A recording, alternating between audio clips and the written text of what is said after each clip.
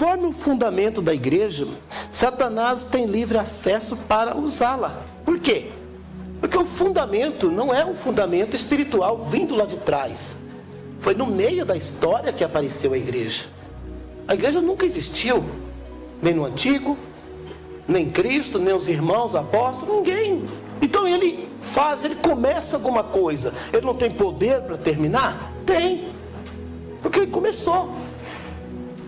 E é isso que as pessoas estão aí, confiando em algo que não tem respaldo. Não tem respaldo por Cristo, pela palavra. Eu não estou falando por algumas letras, algumas palavrinhas colocadas no meio do versículo. Eu não estou falando por palavrinhas. Eu estou falando, né, de frases, de texto. Não tem um contextuário que Cristo realmente fundou a igreja. Não tem. E aí o que acontece com as pessoas que se colocam nessa contradição? O que vai acontecer? Elas vão perder a sua postura. Louvado seja Deus. O inimigo vai usar, porque ele tem livre acesso para isso. Abriram porta para ele. Louvado seja Deus. Porque o Jesus ismaelita afundou Roma, meus irmãos. Só para você ter uma ideia, Roma é comandada pelo ismaelismo. A fundação da crença romana é ismaelita. Ah, pastor, mas eu faço parte de Lutero. Lutero não tem nada a ver com Roma, não. Mas quem era Lutero, meu amigo? Você já estudou quem é Lutero? Você sabe a noção de Lutero? Você sabe o fundamento de Lutero? Lutero era um padre romano que estava estudando para advogado, e ele tinha várias línguas, latim, inglês e muitas outras. Lutero teve o conhecimento de muitas coisas, mas ele era um padre, ele fazia parte. Não tenho nada contra a igreja de ninguém, nem de A nem de B, não tenho nada. Cada um, né? Siga aquilo que acha por bem. A gente está falando algo que você, né, precisa saber, tá? A igreja deve retratar isso, tá? Aqueles que servem ao Senhor serão agraciados, mas quem segue errando não será redimido, tá? Então você vai seguir errando? Vai, então pronto. Só que você saiba de uma coisa: não será redimido. Muitos perante os homens apresentam doutrinados, mas interiormente há más intenções. Por isso pessoas são arrebatadas à suposta cidade santa, tá? Então as más intenções fazem com que as pessoas tenham esse livre acesso. Colossenses capítulo 2, versículo 22. As quais coisas todas perecem pelo uso, né, segundo os preceitos e doutrina dos homens. Então isso funciona desse jeito. Bom, sobre a questão de doutrina, você já chegou à conclusão que doutrinas sem uma base fundamental plantada no sumo sacerdócio de Cristo, ela é doutrina humana. Colossenses capítulo 2, versículo 23. Alguma aparência de sabedoria e devoção voluntária, humildade, disciplina do corpo, mas não são de valor algum, senão para a satisfação da carne. Você vê? Tudo serve para a satisfação da carne. Mas de que jeito, pastor? Eu estou seguindo a doutrina, estou pagando o preço para seguir a doutrina. Como que eu estou satisfazendo a minha carne? Quando fala satisfação da carne, irmãos, por exemplo, você está num lugar, e aquele lugar que você está, todo mundo olha e fala: rapaz, aquele lugar lá tem doutrina, hein? Ouçam, aquele pregador lá, realmente, ele zela pela verdade, né? Então quer dizer o quê? Quem está aí com a glória? O homem. As coisas criadas pelo homem. É o quê? Satisfação da carne. Caros leitores, irmãos e amigos, arrebatamentos que dizem ter entrado ou visto a Nova Jerusalém são argumentos sem crédito. Ninguém vira aquele lugar ou entrara nele. Quem acreditou nisso precisa nascer novamente, tá?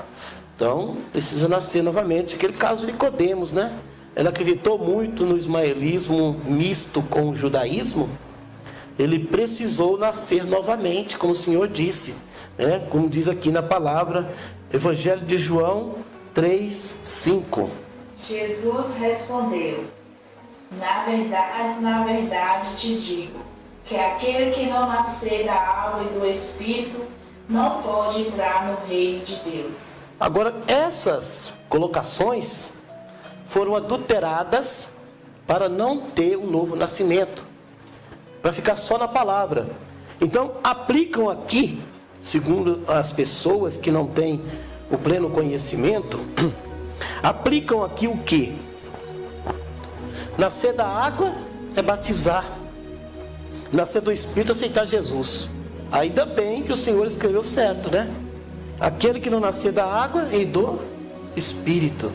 Aí nós temos que entrar fortemente com a palavra que diz. Então você batiza para depois aceitar Jesus? É aí que está a conclusão da história. É aí que está o problema aí, tá? Então, nascer da água e do Espírito é o quê? A água, irmão, representa nascer da velha aliança, porque Nicodemos, ele era da velha aliança. E nós, para quem não sabe, as duas cartas agora, as duas cartas que passou, que foi Sardes e Laodiceia, está baseada na velha aliança, quer dizer, nascer da água. Então, para quem viveu até 2018 numa crença, nasceram da água, então agora é necessário nascer do Espírito, para a nova aliança pelo sacerdócio de Cristo, tá? Então, às pessoas que não são crentes, digo, nasça do Espírito. E aos crentes digo, necessário vos é nascer da água e do Espírito, porque se não fizer isso, não vai entrar no reino dos céus, no reino de Deus, né? Existe algo muito comentado, as pedras que brilham na coroa de quem ganha almas, né? Já viu esse comentário? Já viu esse comentário já? Quanto mais ganha alma, mais tem pedra na coroa, é? E conforme ganha bastante alma, vai ficando as pedrinhas ficando mais pequenas. Como é que funciona? Ou a coroa vai crescendo? Existe algo muito comentado, as pedras que brilham na coroa de quem ganha almas. Quem disse isto? Seria a pessoa que foi e ouviu o próprio Jesus. Olha que bênção, meu irmão. Ouviu do próprio Jesus, é. Não é bastante duvidoso o Eterno chamar alguém lá, se poderia registrar na palavra? Se tudo é a palavra. O que o rico falou? Manda Lázaro, esse defunto, ir lá, pregar para meus irmãos lá. 5 irmãos eu tenho. Quem sabe eles convertam? Não, filho. Tem Moisés e os profetas lá. Vocês não acreditam em Moisés e os profetas? Pouco vai acreditar num fantasma que vai aparecer lá, tá?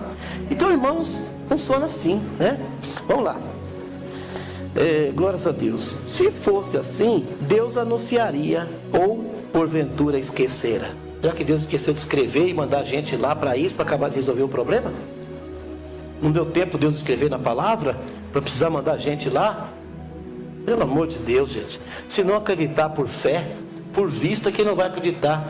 E a própria palavra diz o quê? Tudo por vista é pecado. Efésios capítulo 4, versículo 10. Aquele que desceu é também o mesmo que subiu acima de todos os céus para cumprir todas as coisas. Preste bem atenção. Eu falei com um certo senhor que diz conhecer a Bíblia. Eu falei sobre o quarto céu. Ele falou, não, mas não tem, não está escrito. Eu falei, peraí. Paulo foi ao terceiro céu, que é o paraíso. Aqui aparece aquele que desceu, mesmo que subiu, acima de todos os céus. Quer dizer, inclusive do terceiro. Então, existe o quarto. E se existe o terceiro, existe o segundo. E se diz o segundo, existe o primeiro. E eu vou dizer, abrir a mente das pessoas que estão nos ouvindo. Não quero dizer que você não saiba ou que você não aprendeu. O homem erra porque lhe faltou conhecimento, tá? Então, a verdade primeiro céu é o céu humano que nós vemos aí, esse azulzinho aí, bonitinho, esse espaço lindo aí. E o segundo céu é o trono de Satanás, que foi recebido o nome de inferno, porque o diabo teve que mudar o nome do trono dele, né, que era segundo céu, senão não tinha como fundar a igreja. Então mudou o nome para inferno, para que as pessoas, quando falassem de céu, para todo mundo colocar na cabeça que é o céu de Deus. Então, se colocar o segundo céu, não, o segundo céu. Então, o segundo céu, qual é o céu? O segundo céu. O segundo céu é o trono do rapaz lá. Então, para colocar só um céu. Você pode ver que nem o paraíso é muito comentado. Só fala do céu, a cidade santa. Então, se você aceitou Jesus, não importa qual, você está indo para o céu. Porque, na verdade, também eles não estão errados. Se o nome certo é o segundo céu, mas pastor, por que Deus criou o segundo céu para Satanás? Porque ele é anjo. Ele morou no céu. E o que Deus disse para ele? Que ia criar um inferno para ele? Não. Deus disse para ele, eu vou criar um céu para você. É por isso que é céu. Porque ele era anjo, então tinha que criar um céu para ele. Não era do céu que ele queria ser rei?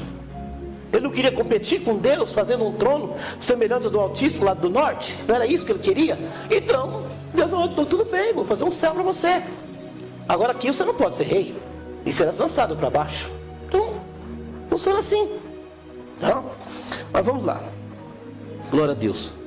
O tempo todo ouvimos pessoas falarem que esses foram lá para autenticarem a palavra de Deus. Como se a palavra de Deus já não fosse autenticada. Uma pergunta não se cala. Aqueles que disseram isto, viram pessoas se converterem e permanecerem no caminho ouvindo essas palavras? Eu não consigo ver ninguém que ouviu um testemunho desse que se converteu e ficou firme. Eu não acho nenhum. E por quê? Você acha que o diabo vai inventar uma coisa para o povo se entregar a Deus? Se assim for, o próprio Jesus dissolveu o evangelho do reino, onde a Bíblia diz, o justo viverá da fé. Não, o justo viverá da palavra, viverá do testemunho. Não vai viver da fé, é do testemunho.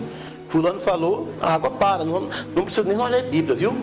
Não precisa nós ler Bíblia não, o irmão falou, está liberado. A irmãzinha, a velhinha do coquinho, né? A idosinha do coquinho, ela foi lá e pela catequética bíblica ela pulou o muro, tá?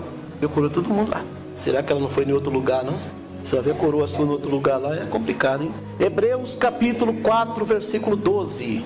Porque a palavra de Deus é viva e eficaz, e mais penetrante do que qualquer espada de dois gumes, e penetra até a divisão da alma e do espírito, e das junturas e medulas, e é apta para discernir os pensamentos e intenções do coração. E agora, precisa autenticar essa palavra? Pelo amor de Deus. Amém? Então tá aí, amados irmãos, espero ter ajudado os irmãos, os textos interpretados pela Bíblia, os textos bíblicos, todos eles falam de uma só posição espiritual, tá? Glórias a Deus, você que está aí acompanhando, siga aí, acompanha, em nome do sumo sacerdote Jesus Cristo, tá certo? Glórias a Deus. Vamos orar a Deus nesse momento, para a glória do Pai, do Filho e do Espírito Santo.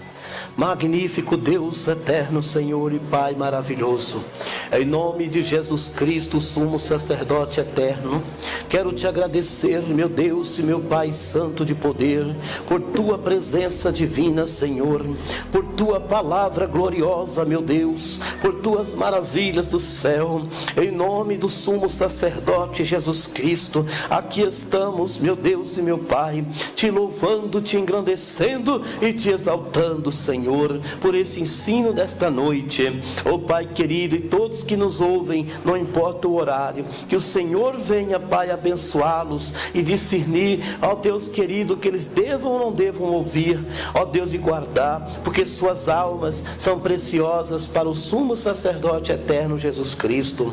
Glórias a Deus. Amém e amém, Jesus. Que o amor de Deus, a nova aliança do sumo sacerdote Jesus Cristo e as consolações do Espírito Santo permaneça com todos juntos. Amém.